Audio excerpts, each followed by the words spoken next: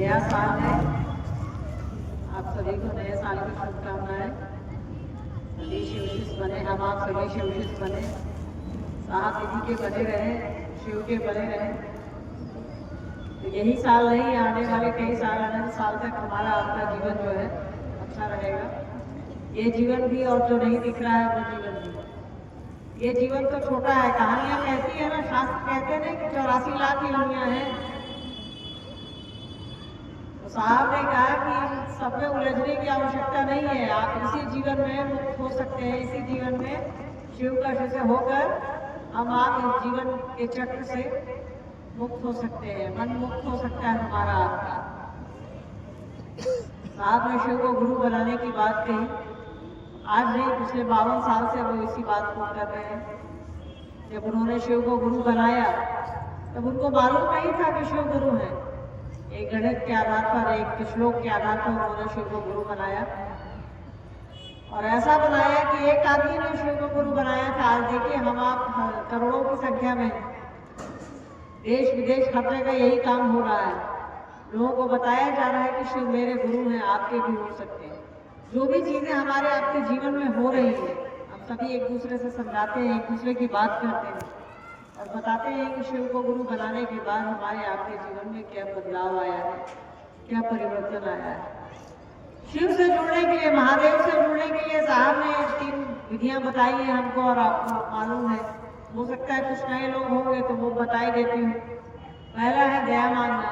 ये शिव आप मेरे गुरु हैं, मैं आपका शिष्य हूँ, शिष्य पर दया मानना, दया करके जिस भी भाषा में, जिस जुबान में आपको आता है, मन ही मन कहना है। जुबान नहीं है उसकी भी आवश्यकता नहीं है, मन से ही कहना है, क्योंकि मन ही चेला होगा, मन ही शिष्य होगा, हमारा आपका शरीर तो होगा नहीं।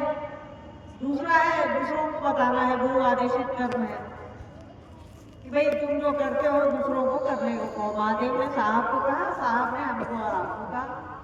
तीसरा है नमः शिवाय से प्रणाम करने की कोशिश करनी है, क्योंकि मालूम है हमसे और आपसे होता नहीं है। ऐसा नहीं है कि मुझसे होता है, मुझसे भी नहीं होता, वो साहब दीदी के आशीर्वाद से और गुरु की दया से ही होगा। गुरु को प्रणाम गुरु की दया से ही होगा। बस कोशिश करनी है हमको और आपको, प्रयास करते रहना है, अभ्यास करते रहना है। यही 3 काम है, इसी 3 काम को करना है। और कोई ऐसा नहीं है कि हम अब नहीं जानते कि महादेव कौन है। महादेव के बारे में ऐसा कोई भी नहीं हो सकता है जो कहे कि भाई हम नहीं जानते हैं। सनातन है वो, सनातन, हम आप सनातनी हैं। हमको और आपको मालूम है कि शिव कौन है, शंकर कौन है, जिसको भोले बाबा कहते हैं। उन्हीं भोले हैं इसीलिए ना उनका नाम भोला बाबा बन गया। वो किसी पे भी ढल जाते हैं, किसी से भी खुश हो जाते हैं। आप कुछ भी बस उनको याद कर लीजिए, खुश हो जाएंगे। आप बेलपत्र चढ़ा देते हैं, वो खुश हो जाते हैं। आप पानी डाल देते हैं, वो खुश हो जाते हैं। तो साहब ने कहा कि उन चीजों की भी आवश्यकता नहीं है आपको, वो ऐसे ही आपको खुश हो सकते हैं, बस उनसे संबंध बना लीजिए। संबंध बनाने के लिए उन्होंने 3 सूत्र दिया हमको और आपको। उन 3 सूत्रों को करते हुए हमको और आपको आगे बढ़ना है।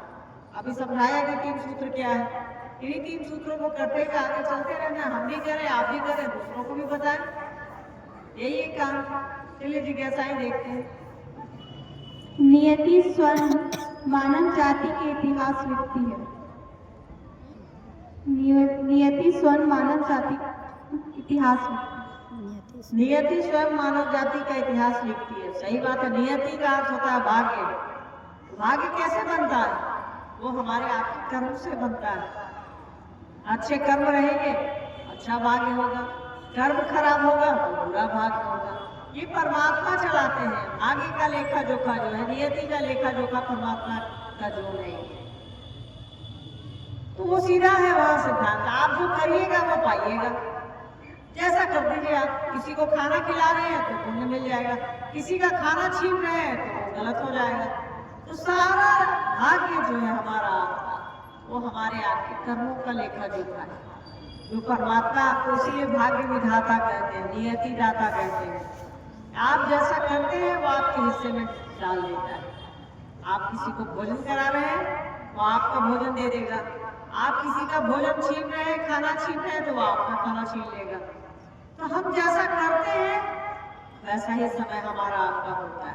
वही है कि नियति से ही इतिहास लिखा जाता है। हम आप अच्छा करेंगे तो हमारा अच्छा होगा, परिवार का अच्छा होगा, समाज का अच्छा होगा, देश का अच्छा होगा। जब सब कुछ अच्छा रहेगा तो अच्छा लिखा जाएगा, अच्छा पढ़ा जाएगा। ये करने का विज्ञान जो है वो परमात्मा का गुण है। परमात्मा हमारे आपके साथ फायदा ये है कि अगर हम आप शिव को गुरु बनाते हैं, शिव को ही परमात्मा कहा गया है, तो हमारे आपके कर्मफल में गुरु जो है अपनी दया से कुछ जोड़ देते हैं, कुछ घटा देते हैं। परमात्मा ये नहीं कर सकते। परमात्मा आप जो करेंगे वो आपको दे देंगे। और गुरु अगर शिष्य परेशान है तो गुरु उसकी मदद करते हैं। परमात्मा को क्या है, वो तो दुनिया चला रहे हैं, उनका काम ही है सृष्टि करेंगे, बनाएंगे, चलाएंगे और बिगाड़ देंगे। और गुरु दो काम और करते हैं, हमारी आपकी चेतना का परिवर्तन करते हैं और शिव बनाते हैं। क्योंकि जहां जाए जाना तो वही है हमें और आपको। इसीलिए साहब ने कहा कि गुरु का सानिध्य लीजिए, और जब शिव गुरु होंगे उनका सानिध्य लीजिएगा तो कर्म वैसे ही ठीक हो जाएगा। मास्टर का साथ रहता है तो हम आप कोई गलती करते हैं क्या? नहीं करते हैं, वही स्थिति है। परमात्मा की करुणा और दया भाव एक है तो कैसे? देखिए, परमात्मा का करुणा और दया भाव एक ही है। बस ऐसे समझिए कि ये धूप तो है हर जगह, इस धूप से बचाव के लिए हमको और आपको शेड लगाना पड़ता है। तो पूरी सृष्टि में उनका करुणा भाव है। अपनी करुणा से उन्होंने ये सृष्टि बनाई है।